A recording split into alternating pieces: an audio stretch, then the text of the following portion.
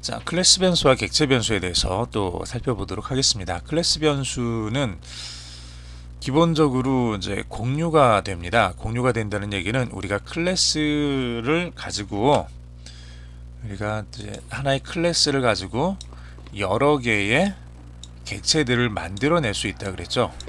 자, 사각형 클래스를 가지고 이렇게 다양한 종류의 사각형 객체들을 만들어낼 수가 있습니다. 그리고 클래스 변수라고 하는 것은 바로 이 클래스에 이제 소속되어 있는 그 변수가 되는 거고요. 이 변수는 모든 인스턴스에 접근을 할 수가 있습니다. 모든 인스턴스에 다 접근이 가능한 게 이 클래스 변수가 됩니다. 그래서 이 변수는 한 개만 있으면 된다는 얘기예요. 하나만 있으면 모든 곳에서 이 변수를 다 다룰 수가 있는 거죠. 가장 대표적인 것 중에 하나가 이를테면은 이 클래스를 가지고 만들어 놓은 사각형의 개수, 카운트 수를 여기다가 공유를 시켜 놓으면 각각의 객체들을 만들면서 우리가 새로운 사각형을 하나를 만들면서 지금까지 만들어져 있는 사각형이 몇 개인지를 확인을 하려면 이 안에 있는 자료들을 가지고는 쓸 수가 없죠. 이 클래스를 가지고 만들어진 객체들의 수를 세야 되니까 이 변수는 이 클래스 안에 들어 있어야 될 겁니다. 그런 식으로 이런 변수를 만들어서 모든 객체들에서 모든 인스턴스들에서 이 변수에 접근할 수 있게 만들어 놓은 것을 클래스 변수라고 합니다. 객체가 이 값을 변경을 할 수가 있고 변경이 되면은 다른 곳에서 이 값을 창조했을 때 변경된 값을 불러올 수가 있습니다.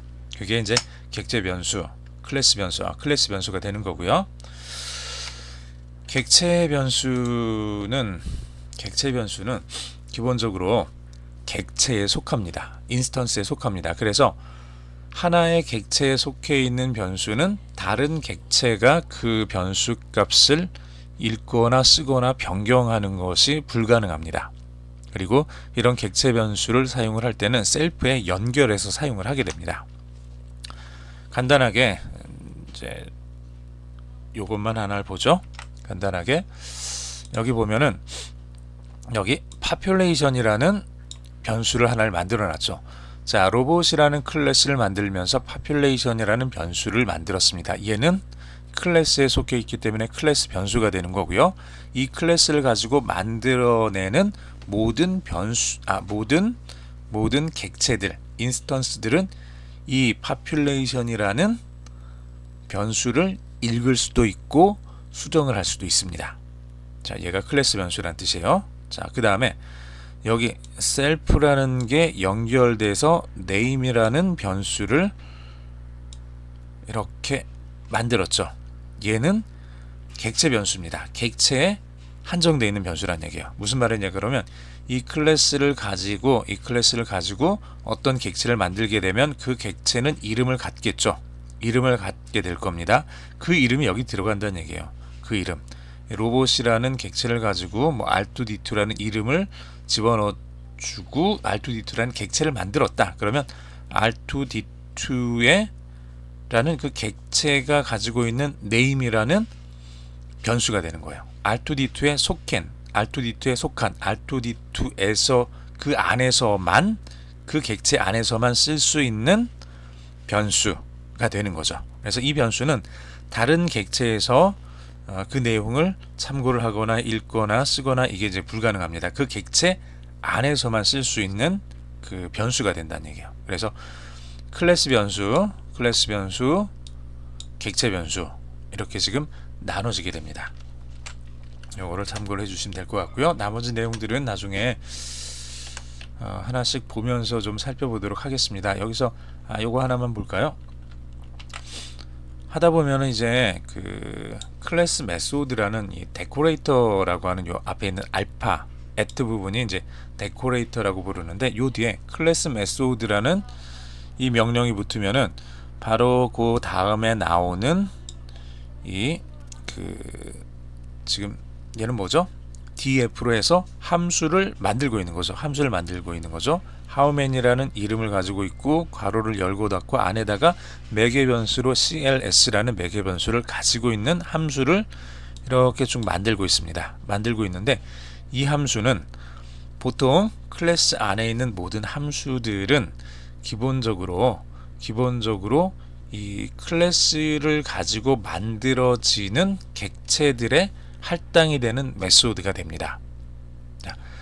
우리가 이 클래스를 가지고 어떤 객체를 만들게 되면 그 모든 객체들에서 이 함수들을 불러다가 쓸 수 있다는 얘기예요. 그래서 얘네들을 객체의 메소드라고 부릅니다. 그런데 아주 특별한 경우들, 그 객체에서 하나하나 부르는 게 아니라 클래스 전체에 속해 있는 어떤 그 기능이 필요할 때 얘를 클래스 메소드로 우리가 별도로 구분을 해서 사용을 할 수가 있습니다. 그때 쓰는 게 이 데코레이터 클래스 메소드입니다.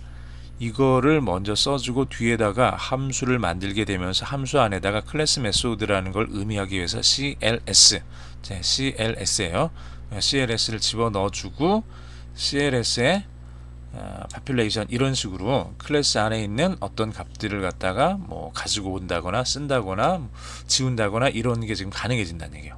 그러면은 얘는 how many는 객체 안에서 객체 안에 있는 것들을 다루는 게 아니라 클래스 전체에 속해 있는 어떤 값들, 어떤 기능들을 다루는 그런 메소드가 됩니다. 이것도 역시 마찬가지로 나중에 그 실제로 소스 코드를 하나씩 보면서 살펴보도록 하겠습니다. 그래서 얘가 이제 클래스 그 메소드로 만들어주는 거다.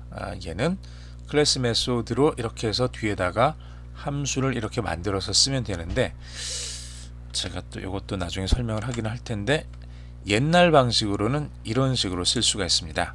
클래스 메소드 해서 이제 how many라는 함수를 집어넣어서 이런 식으로 쓸 수도 있습니다. 쓸 수 있는데 이 방식은 현재 들어선 제가 거의 이렇게 쓰는 경우를 보지를 못한 것 같아요. 이제 파이썬의 기본적인 정신이라든지 프로그램 방식하고 맞지 않는다는 그런 이유들 때문인 것 같은데, 대부분 클래스 메소드 데코레이터를 사용해서 이런 식으로 사용을 합니다. 위에 있는 것만 알아두시면 될 것 같아요. 아래에 있는 것도 간단하게 나중에 소개하는 차원에서 알려드리는 정도만 진행을 하도록 하겠습니다.